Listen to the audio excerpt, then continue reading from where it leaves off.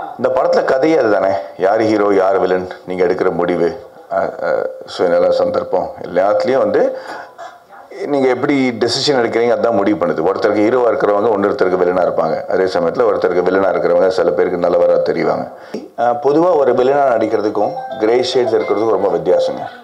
ஏன்னா பொதுவாக ஒரு வில்லனா வந்து நான் செய்கிற செயல்லாம் தப்பான செயல், நான் வந்து நகை கடிச்சு அடிக்கிறது, தேவையில்லாத நெகட்டிவ் திங்ஸ் சொசைட்டியில் பண்ணுறது வந்து ஒரு வில்லன். அது வேற. ஒரு கதாபாத்திரத்தில் இறங்கி சமுதாயத்துக்கு விரோதமாக செய்கிற சில விஷயங்கள் வந்து ஒரு நெகட்டிவ் கேரக்டர் ஆகும்போது அது வந்து ஒரு நடிகனுக்கு வந்து சேலஞ்சான விஷயம்தான். அந்த மாதிரி ஆள் இதையும் பண்ண முடியுமா அப்படிங்கிறது கன்வின்சிங்காக இருக்கா இல்லையாங்கிறத நீங்கள் சொல்லணும். நான் பண்ண முடியும்னு நினச்சி தான் பண்ணேன். 15-16 லட்சம் பேர் தான் முழு தமிழ்நாட்டிலே தியேட்டரில் வந்து படம் பார்க்குறாங்க. அப்புறம் அந்த 7 கோடி மக்களில் வந்து 6,85,00,000 பேருக்கு வந்து நம்ம படம் பண்ணலையா அப்படி. So much for coming. I hope நீங்கள் என்ஜாய் பண்ணியிருப்பீங்கன்னு நினைக்கிறேன். ஆக்சுவலாக it's been a labour of love. 15 வருஷமாக இந்த கதையை யோசிச்சு finally it's come out. I am exhausted. So அதனால் என்னோட எனர்ஜி லெவல் கொஞ்சம் கம்மியாக இருக்கும். But I hope you all enjoyed it. Thank you.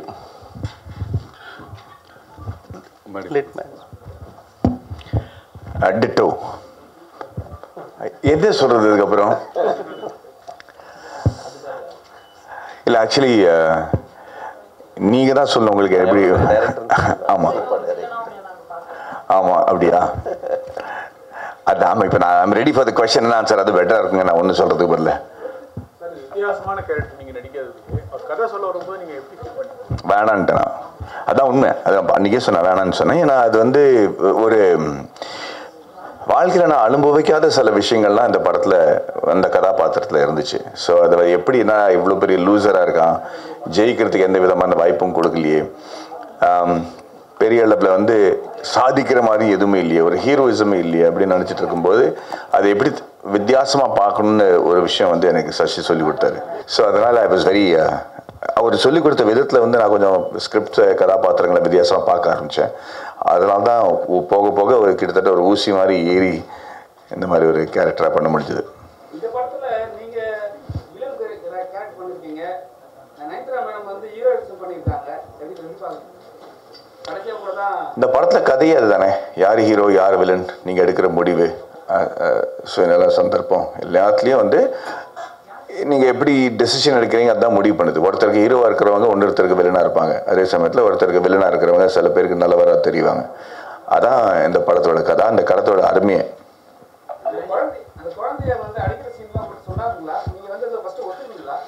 முதல்ல இந்த கதையை ஒத்துக்கலன்னு சொன்னால, அதுக்கப்புறம் அந்த கதாபாத்திரம் மாறும்போது அவங்க வந்து எப்படி ஜஸ்ட் வந்து ஒரு பொம்பளை அறிஞ்சே பல வருஷம் ஆச்சு படத்துலையா, எவ்வளோ கதைக்கு வந்து பொருத்தமாக இருந்தாலும். பட் அது வந்து எப்படி பண்ணணும்னு கன்வின்ஸ் பண்ணதுனால தான் என்னால் அதை பண்ண முடிஞ்சது. ஏன்னா அதில் வந்து ஐ திங்க் அது நியாயமாக சூட் ஆச்சு இந்த கதைக்கு.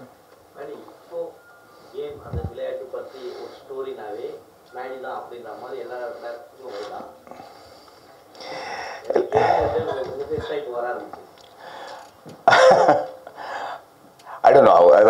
நான் ஏற்கனவே ஒரு 14 வருஷத்தில் 4 படம் தான் சார் பண்ணியிருக்கேன். அதனால் அது எதை வச்சு முடிவு பண்ணுறாங்கன்னு எனக்கு தெரில. But I'm happy. என்னை பற்றி யோசிச்சாலே பெரிய விஷயம் எனக்கு. நல்லது. ஒரு நிமிஷங்க.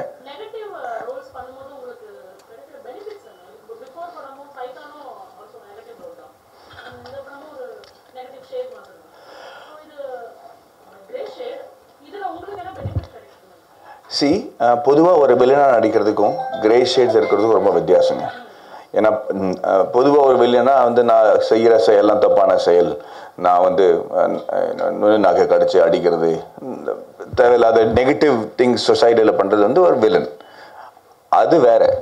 ஒரு கதாபாத்திரத்தில் இறங்கி சமுதாயத்துக்கு விரோதமாக செய்கிற சில விஷயங்கள் வந்து ஒரு நெகட்டிவ் கேரக்டர் ஆகும்போது அது வந்து ஒரு நடிகனுக்கு வந்து சேலஞ்சான விஷயம்தான். ஸோ ஒரு சாக்லேட் பாய் அப்படின்னு சொல்லிட்டு இருக்கும்போது இப்போ திடீர்னு ஒரு ப்ரொஃபஸர் இல்லாட்டா ஒரு சயின்டிஸ்ட் இல்லாட்டா ஒரு நெகட்டிவ் ஷேட் அப்படிங்கிற பல வித்தியானமாக நவரசனங்களும் நம்ம பண்ண முடியுமா அப்படிங்கிற ஒரு சேலஞ்ச் எடுத்துக்கிட்டு தான் அந்த மாதிரி கேரக்டர்ஸ் நம்ம ஒத்துக்கிறோம். இது ஆக்சுவலி ரொம்ப முன்னாடியே வர வேண்டிய படம். பட் அதான் சொன்னேன், எல்லாமே சேர்ந்து இந்த வருஷம் வருது. ஸோ அடிக்கடி நம்ம வந்து சந்திக்கிறதுக்கு ஒரு சந்தர்ப்பம் கிடைக்க போகுது இந்த வருஷத்தில். பட் அகெயின் இட்ஸ் நாட் நான் நெகட்டிவாக பண்ணணும், இல்லை நான் ஹீரோவாக நடிக்கணும், அது மாதிரி இல்லை. ஒரு கதை நம்ம கேட்டோன்னே உடனே இந்த கதையை சொன்னால் நல்லாயிருக்கும், நான் சொன்னால் நல்லாயிருக்கும் அப்படிங்கிற ஒரு ஃபீலிங் வரதுனால தான் நம்ம ஒத்துக்கிறோம். சில சமயம் இட்ஸ் நெகட்டிவ் சைட், சில சமயம் இட்ஸ் சயின்டிஸ்ட், சில சமயம் இட்ஸ் பயோபிக். நம்பி நாராயணன் மாதிரி நாட்டுப்பற்று கதை, நம்பி நாராயணன் கதை தேசிய விருது வாங்குவது, பிரதமர் உட்பட எல்லாம் பாராட்டு. அப்படி நடித்தவருக்கு இந்த படத்துல ஒரு எதிரணி, ஒரு எதிர் நாட்டுக்கு சப்போர்ட் பண்ண மாதிரி நடிக்கீங்களா? அப்படி கான்ட்ராஸ்டா இருக்கு. எந்த படத்துல? Match fixing match. ஆமா, சி தட்ஸ் த சேலஞ்ச் இல்லையா? அந்த மாதிரி ஆள் இதையும் பண்ண முடியுமா அப்படிங்கிறது கன்வின்சிங்காக இருக்கா இல்லையாங்கிறத நீங்கள் சொல்லணும். நான் பண்ண முடியும்னு நினச்சிட்டு தான் பண்ணேன். ஸோ அண்ட் ஐ திங்க் ஒரு நடிகனா மட்டும் தான் பார்க்கணும். வேறு நான் வந்து I'm not a guru, I'm just ஒரு ஆக்டர் இல்லையா? That's how I should be seen. ஓடிடிஓட கல்ச்சர் வந்து நம்ம சென்னை மெட்ரோபாலிட் சிட்டில தான் இருக்கு. ஸோ இந்த மாதிரியான மூவி வந்து தியேட்டருக்கு வந்தா இன்னும் கொஞ்சம் ஹைப் இருக்கும், இன்னும் கொஞ்சம் எல்லாருமே பார்க்கக்கூடிய ஒரு வசதியா இருக்கும். என்ன காரணத்துக்காக தியேட்டருக்கு இந்த மாதிரி ஒரு கதையை வந்து இது வரைக்கும் பொதுவாக வந்த சினிமாவில் இருக்கிற கமர்ஷியல் ஃபில்மோட ஃபார்முலாவில் வரல. ஸோ அப்படி இருக்கும்போது இந்த மாதிரி கதைகள் எப்படி ரெசீவ் பண்ணப்படுறது, எப்படி அதை வந்து மக்கள் ஏற்றுக்கிறாங்கன்னு தெரிஞ்சால் அதை வந்து தைரியமாக இன்னொரு ப்ரொடியூசர் அடுத்த வாட்டி இதை தியேட்டரில் கொண்டு வர முடியும். ஏன்னா இதனால் எக்ஸ்பெரிமெண்டல் தான் இருக்குது. ஏன்னா நம்ம சசி ஒரு இன்டர்வியூவில் சொன்ன மாதிரி 15-16 லட்சம் பேர் தான் முழு தமிழ்நாட்டிலே தியேட்டரில் வந்து படம் பார்க்குறாங்க. அப்போனா அந்த 7 கோடி மக்களில் வந்து 6,85,00,000 பேருக்கு வந்து நம்ம படம் பண்ணலையா அப்படிங்கிற கேள்வி இருக்கும்போது நம்ம சில விஷயங்கள் புரட்டி போட்டு வித்தியாசமாக பண்ண வேண்டியிருக்கு. அதில் இருக்கிற ரிஸ்க் வந்து நம்ம முதல்ல ஓடிடியில் வந்தால் இட் கெட்ஸ். அண்ட் நெட்ஃப்ளிக்ஸில் வந்து கிட்டத்தட்ட how many million? 60 crores மக்கள் பார்க்குறாங்க. அதனால் இப்போ ஹிந்திலேயே நிறைய ரிவ்யூஸ் வந்துருச்சு. இப்போ பயங்கரமாக ஹிந்தியில் ரிவ்யூ வந்திருக்கு. படம் ரிலீஸ் ஆகி அரை மணி நேரத்துலேயே வந்து கிட்டத்தட்ட 30 ரிவ்யூஸ் வந்துருச்சு ஹிந்தியில் கூட. ஸோ அப்படி இருக்கும்போது அது ஒரு வித்தியாசமான எக்ஸைட்மெண்ட். அதான் ஒரு ஒரு ஹீரோ வந்து ஒரு கிரிக்கெட் கதாபாத்திரமாகவும் ஒரு சயின்டிஸ்டாகவும் ஏன் வந்து இந்த கதையில் வந்து இந்த ப்ரீவியஸ் கொஸ்டினுக்கு ஒரு கதையில் ஹீரோன்றது ரொம்ப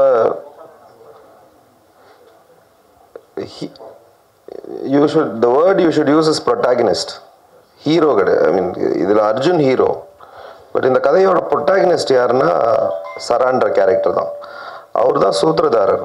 அவர் பண்ணுறதுனால தான் கதை மூவ் ஆகுது. ஸோ இட்ஸ் டெக்னிக்லி நம்ம வந்து ஹீரோ வில்லன்ற அந்த கோட்பாடுக்குள்ளே பார்த்தீங்கன்னா அப்படி தெரியும். பட் இந்த படத்தோட ப்ரொட்டாகனிஸ்ட் யாருன்னா அது மாதவன் தான் ஆக்சுவலாக. So he is the central character. இந்த மாதிரி ஐபிஎல்லாம் ஸோ இந்த படமும் அது ஓரிட்டு வருது. இப்போ இதில் வந்து ஏதாவது வந்து அவேர்னஸ் கொடுப்பீங்களா? ஏன்னா இப்போ லாஸ்ட் டைம் நம்ம 2 வருஷமா விளையாட கூட இல்லை ஐபிஎல்ல. இதனால அது காம்ப்ளெக்ஸ் கொஸ்டின். இதனால இது எஃபெக்ட் ஆகுமா, அதனால இது எஃபெக்ட் ஆகுமான்னு தெரியாது. ஆனால் பட் ஜென்ரலாக கிரிக்கெட் எனக்கு கிடைக்கிற வரையும் அந்த கிரிக்கெட் கான்வர்சேஷன் இருக்குது. ஒரு T20 டைமில் டெஸ்ட் வர்றது வந்து டெஸ்ட்டுக்கு, ஏன்னா அந்த ரெலவென்ஸ் வருது. இது வந்து ஒரு டெஸ்ட் T20 படம் மாதிரி இல்லை, இது நிஜமாகவே டெஸ்ட் படம் மாதிரி இருக்குது. ஸ்லோவாக அதை ருசிச்சு அந்த அதெல்லாம் இருக்கும் அந்த படத்தில் ஆக்சுவலாக. ஸோ அந்த கம்பேரிசனில் இந்த படம் ஒரு குவாலிட்டேட்டிவாக, நீங்கள் வந்து எந்த கிரிக்கெட்டரை கேட்டிங்கனாலும் எந்த ஃபார்மேட் பிடிக்கும்னு சொன்னாங்கன்னா அவங்க வந்து எனக்கு டெஸ்ட் கிரிக்கெட் தான் பிடிக்குன்றாங்க ஆக்சுவலாக.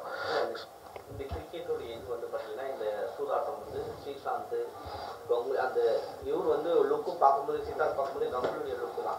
கம்பெனி பிக்சர் வந்தோடனே மேலே தான் பார்ப்பார். ஃபர்ஸ்ட் அந்த சன்ரைஸில் பார்த்து தான் உள்ளே போவார். ஸோ அவர் மேனரிசம் ஃபுல்லாக தான் இருக்கும். ஆனால் ஒரு சூதாட்டம் போது ஸ்ரீசாந்த் அசாதுதீன் இந்த மாதிரி வராங்க.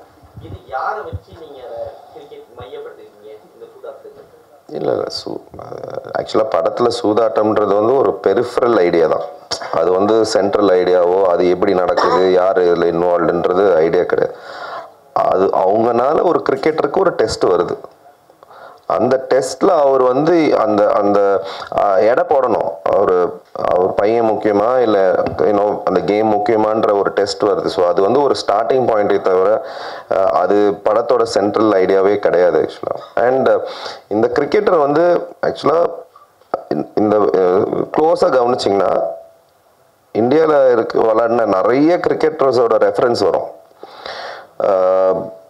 அவரோட குரு சச்சின் தெண்டுல்கரோட குரு சொல்லியிருப்பாரு, விளாட்ன எந்த மேட்சும் பார்க்கவே மாட்டாங்க, ஒன்று தப்பான ஆல் த பேட் திங்ஸ் மட்டும் நோட் பண்ணியிருப்பாங்க. அந்த ரெஃபரன்ஸ் வந்து சச்சின் கிட்டேருந்து வந்தது. விவிஎஸ் லக்ஷன் வந்து அவர் ஹைதராபாத்தில் விளாட்றதுக்கு முன்னாடி ப்ரீவியஸ் நைட் சொன்னாங்க நீங்கள் டெஸ்ட் கிரிக்கெட்டில் ரிட்டையர் ஆகிடணும்னு. ஸோ அந்த மாதிரி படத்தில் எல்லா கிரிக்கெட்டர்ஸ்க்கு நடந்த சின்ன விஷயங்கள் வந்து ஒரு இன்ஸ்பிரேஷனாக வந்து ஒரு கிரிக்கெட்டரை ரெப்ரசென்ட் பண்ணமே தவிர ஒருத்தர்ன்றது கிடையாது.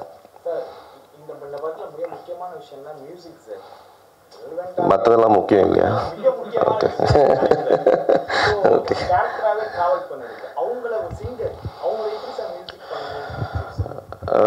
ஆக்சுவலி நாங்கள் 2 பேருமே புதுசு இல்லையா.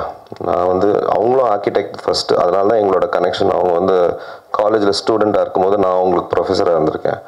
ஸோ 2 பேரும் ஆர்கிடெக்சர்லேருந்து ஃபிலிம் இண்டஸ்ட்ரிக்கு வந்து அப்புறம் அவங்க நிறைய பாடல்கள் எங்கள் படத்துக்கு பாடியிருக்காங்க. ஆக்சுவலாக அப்போவே அவங்களுக்கு மியூசிக் நாலேஜ், அவங்க வந்து ஒரு சிங்கரை மீறி ஒரு I think she has the musician in her, she is able to do இட்ன்றது அப்போவே எனக்கு தெரியும். இன்னொன்று என்னென்னா, எனக்கு வந்து I needed somebody to experiment. நம்ம யூஸ்வலாக நோட்ஸ் கொடுத்துட்டு இந்த பார்லேருந்து இங்கே பார் வரணும், அந்த ஒரு சீனை ஃபுல்லாக ஃபில் பண்ணணும் அப்படின்றது இல்லாமல் ஒரு மியூசிக்கை ஒரு கேரக்டரை ட்ரீட் பண்ணி, ட்ராமா இருக்கும்போது மியூசிக்கை எடுத்துகிட்டு பிளாட்டை movement, so there's lot of structural things we tried. Typical musical treat பண்ணலை அது. So I wanted somebody to experiment. So அவங்க நியூயார்க் போயிட்டு 2 வருஷம் படிச்சுட்டு she came, we wanted new sounds. So அந்த மாதிரி ஒரு கொலாபரேட்டிவ் பார்ட்னர் வேணுன்றதுக்காக தான். ஸோ எனக்கு வந்து அவங்க 3 வருஷம், நான் ஃபஸ்ட்டு ஸ்கிரிப்ட் எழுதி முடித்து இதை கண்டிப்பாக பண்ணணும்னு டிசைட் பண்ண உடனே அவங்களுக்கு தான் நான் ஃபஸ்ட்டு ஸ்கிரிப்ட் அனுப்பி, ஆக்சுவலாக ஸ்கிரிப்ட் ஸ்டேஜ்லேயே ஃபுல் படத்துக்கு பேக்ரவுண்ட் ஸ்கோர் பண்ணிட்டோம். அந்த சீனை படித்தே வினியூ இதுதான் மூட் ஆஃப் த ஃபிலிம் அப்படின்றது வந்து. ஸோ ஃபஸ்ட் டைம் படத்தோட background score was completed at a scripting stage.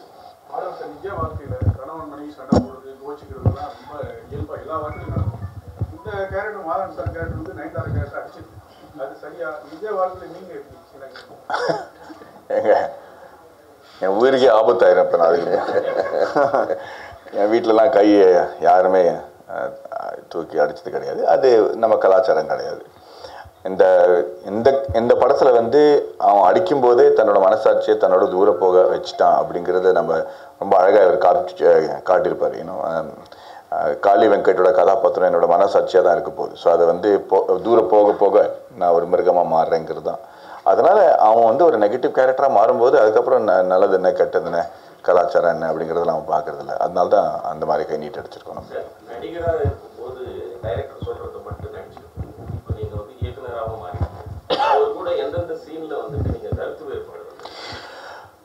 முதல்ல படம் ஸ்டார்ட் பண்ணும்போது தான் வந்துச்சே தவிர அதுக்கப்புறம் நான் வந்து ஒரு அடிமையாக ஒரு நடிகனாக தான் இருந்தேங்க. அதுதான் உண்மை. ஆக்சுவலி ஒரு நடிகனுக்கு அதுதான் இருக்கணும். நம்ம எவ்வளோ எக்ஸ்பீரியன்ஸ் இருந்தாலும் சரி, எவ்வளோ படங்கள் வந்து டைரக்ட் பண்ணாலும் சரி, ஒரு கதை வந்து ஒருத்தரோட விஷனாக தான் இருக்கணும். அதில் பல பேர் வந்து நுழைஞ்சு தன்னோட கருத்தை சொன்னாங்கன்னா கன்ஃபியூஸ் தான் ஆகிடுவாரே தவிர ஐ திங்க் இந்த மாதிரி கதை வந்து சசியோட விஷன் மட்டுமே தான். ஸோ அதில் வந்து எந்த விதமான டிஸ்டர்பன்ஸோ ஆர்குமெண்ட்டோ வந்தது கிடையாது. அது இவர் என்ன நினைக்கிறாரு, அதை நான் எப்படி பண்ணும் அப்படிங்கிறதா சேலஞ்ச் எனக்கு இருந்துச்சு. நீங்கள் கடைசி சீனில் மட்டும் பார்த்தீங்கன்னா ரொம்ப பேசுறீங்களா, டேரக்டர் சொன்னதா நீங்களா லாக் இருக்கிற மாதிரி இல்லை சார், லென்த்திங் இருக்கு. ஒரு டைலாக் வரீங்க, அது நிப்பாட்டி பேசுறீங்க, என்ன காரணம் ஏதாவது இருக்கா? அது ஒரு ஸ்டைலாக வச்சுருந்தேன் நான். ஆமாம் ஆமாம். ஏன்னா அதில் வந்து மனசு வந்து ரொம்ப குழம்பி போன அப்புறம் அது எப்படி பேசுறது, என்ன வார்த்தை வருது அப்படின்னு தெரியாமல் தடுமாறுறது தான். ஆமாம். அவங்களோட அவங்க கெமிஸ்ட்ரி ரொம்ப அழகாக இருந்துச்சுன்னு நான் ஃபீல் பண்ணேன். ஏன்னா ரொம்ப அழகான குரல். இது வரைக்கும் அவங்க லைவ் சவுண்ட் பண்ணது கிடையாது, டப்பிங் தான் அவங்களுக்காக பண்ணியிருக்காங்க. அதில் வந்து இவங்க ரொம்ப இயல்பாக நடித்து ஒரு ப்ரொஃபஷனல் லெவலாக வந்து லைவ் சவுண்டில் நடிக்கிறதுக்குன்னு ஒரு திறமை வேணும். அதில் வந்து எல்லா டயலாகும் மனப்பாடம் தெரிஞ்சு அதுக்கு வந்து மறுபடியும் ரீடேக் பண்ணலாமே தவிர அதுக்கப்புறம் அதை கரெக்ட் பண்ணுறது ரொம்ப கஷ்டம். அண்ட் அதில் வந்து அவங்களோட நம்ம எதிர்பார்த்ததை விட ஃபாஸ்ட்டாக படத்தை முடித்து தினம் ஷூட்டிங் முடிஞ்ச அப்புறம் வந்து ஈவினிங்கில் நம்ம 6 மணிக்கு மேலே உட்காந்து ரெகுலர் பண்ணி பேசி I think it was a fabulous. She created a fantastic atmosphere அந்த செட். அது மட்டும் இல்லை, அவங்க வீட்டில் எனக்கு தான் சாப்பாடு வரும். ஸோ அதை மட்டும் நான் பயங்கரமாக என்ஜாய் பண்ணேன். So for me it was a wonderful experience. Nayanthara madam நீங்க நயன்தாரா கிட்ட நரேட் பண்ணும்போது ஃபர்ஸ்ட் அவங்களோட புரிதல் எப்படி இருந்தது, எப்படி அக்செப்ட் பண்ணாங்க? அதான் சொல்ல சம்டைம்ஸ் வந்து ஒரு character has to meet the actor. அந்த கேரக்டரோட மனநிலையும் அந்த ஆக்டரோட மனநிலையும் மேட்ச் ஆச்சுன்னா அதோட பெட்டர் இது கிடையாது. ஏன்னா she was in a state, she was trying to have a family. நான் அந்த டைமில் பண்ணும்போது what it is to be a mother, ஒரு அந்த ஸ்பேஸில் இருந்தாங்க. ஸோ அது நேச்சுரலாகவே அந்த மைண்ட் அவங்களுக்கு இருந்துச்சு தட் அதை எப்படி புரிஞ்சுக்கணும், என்ன பண்ணுறதுன்னு. ஸோ நிறைய ஹர் இன்வால்மெண்ட் வாஸ் லாட்ஸ். யூஸ்வலாக அவங்க ஸ்டாராக தான் மோஸ்ட் ஆஃப் த ப்ராஜெக்ட்ஸில் ஷி கம்ஸ் இன். பட் இது வந்து வெரி கிளியர்லி வி செட் வந்து you need to come as an actor. அது ஃபுல் ப்ரிப்பரேஷனோட வருவாங்க. she was able to, அதான் more than anything else வந்து அது வந்து ஒரு நம்ம கிரியேட் பண்ணது ஒரு க்ளவ் தான், கை அவங்களுது. அதை கரெக்டாக வந்து அவங்க ஃபிட் பண்ணிக்கணும் இல்லையா, அதோட ப்ரிப்பரேஷன் வாஸ் எக்ஸலண்ட்.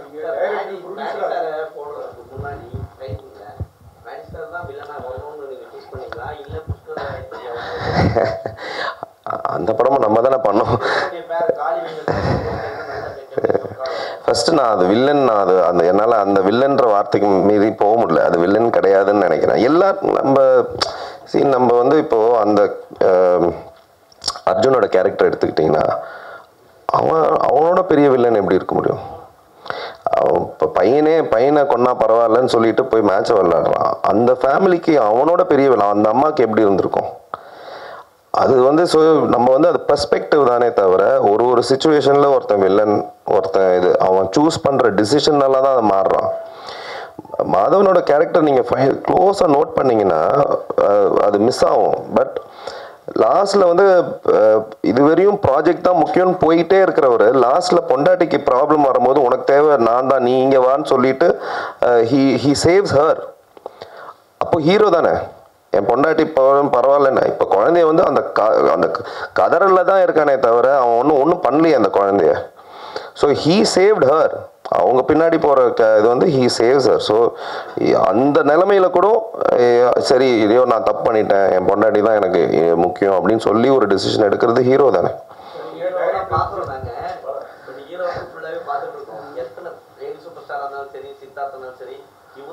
அப்படி தெரியல. பட் ஆனா மாதவன் சார் நீங்க என்னைக்காவது ஃபீல் பண்ணிருக்கீங்க அந்த பல்லு போனதுக்கும் அந்த சாக்லேட் பல்லு போச்சா பல்லு எடுத்தீங்களா அந்த இதுக்காக சயின்டிஸ்ட் அந்த படத்துக்காக? இல்லைங்க, நல்லா இருப்பது சிங்கப்பல்லா அது ஏதோ கிசுன்னு நினைக்கிறேன். அதை நம்பாதீங்க.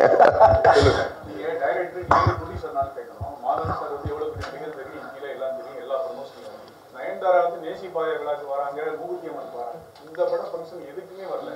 ஒரு ப்ரொடியூசரா உங்களுக்கு பாதிப்பா? ஏன்னா நடிகருடைய பார்த்து தானே ப்ரமோஷன். சரி, அது ப்ரொடியூசராக வந்து இட்ஸ் ஒன்லி ப்ரிப்பரேஷன். அவங்க வந்து வெரி கிளியர்லி சைன் பண்ண அன்னைக்கு கான்ட்ராக்டில் இருக்குது that she will not be involve in any promotion. So it's நான் எதிர்பார்ப்பு தானே, நான் எதிர்பார்ப்பு அவங்க சாட்டிஸ்ஃபை பண்ணுறாங்களான்றதை தவிர if every thing is spoken, இதுதான் என்னோட டேர்ம்ஸ் இதுதான் இருக்குன்னா வென் அவங்க வந்து அதை கரெக்டாக மெயின்டைன் பண்ணாங்க. பட் இன்ஃபேக்ட் அது வந்து டெக்னிக்கல். இந்த வாட்டி வந்து 15 நாள் ஒதுக்குனாங்க. என்ன ஆச்சுன்னா அவங்களுக்கு வந்து பர்சனல் ஒரு விஷயம்னால 15 days ஷூட் கேன்சல் ஆச்சு. So she had to catch up with a lot of அவங்க ஷூட் இருந்தனால தான். But she wanted to be part of it. But இது ஒரு விஷயம் நடந்ததுனால she was not been able to do. But ஆனால் எனக்கு வந்து எதிர்பார்ப்பு ப்ரொடியூசர் வந்து டே ஒன்லேருந்தே தெரியும் அவங்க இவ்வளோ தான் இன்வால்வ்டாக இருப்பாங்கன்னு சொல்லிட்டு. படத்தில் அந்த ஒரு சீன் பார்த்துருப்பீங்க. அந்த சீன் எழுதும் போதே வந்து அது எப்படி எழுதியிருந்தேன்னா ஒரு கேரக்டர் வந்து அவங்களுக்கே அது ஒரு பட்டாசு மாதிரி அவங்களே திரி வச்சுக்கணும். அவங்களே ஒரு ஸ்டேஜாக அந்த கேரக்டர் பில்ட் பண்ணி ஃபைனலாக வெடிக்கணும். அந்த கைண்ட் ஆஃப் கேலிபர் எங்கே அந்த எழுதும் போதே அந்த சீன் எழுதும்போது ஐ செட் அது சிங்கிள் டேக். ஆக்சுவலாக அவங்க அந்த 4 நிமிஷம் அவங்க வந்து ஸ்டார்டிங்லேருந்து கட் பண்ணியிருப்போமே தவிர பட் அவங்க சிங்கிள் டேக்கில் அவன் அடிக்கிற வரையும் அது சிங்கிள் டேக். அது ஆக்சுவலாக கீழே விழுற வரையும் சிங்கிள் டேக். ஸோ அந்த லெவல் கேலிபர் ஒருத்தங்களுக்கு வேணும். அந்த ஒரு சீனில் வந்தால் கூட they need to say அப்படியே தூக்கி சாப்பிடணும் அந்த சீனை. ஸோ அந்த லெவல் யார் இருக்கான்னு பார்க்கும்போது எனக்கு ஃபஸ்ட்டு தோணுனது மீரா தான். இந்த 4 கேரக்டருமே நான் ஃபஸ்ட்டு எழுதும்போது இவங்க தான் எனக்கு வேணும்னு சொன்ன 4 கேரக்டரும் வந்தாங்க. அது காரணம் ஸ்கிரிப்ட் தான். ஓகே, தேங்க்யூ ஸோ மச்ங்க. I hope you enjoy it. Thank you. The villain in him dies, but he remains. Sweet of you. Thank you.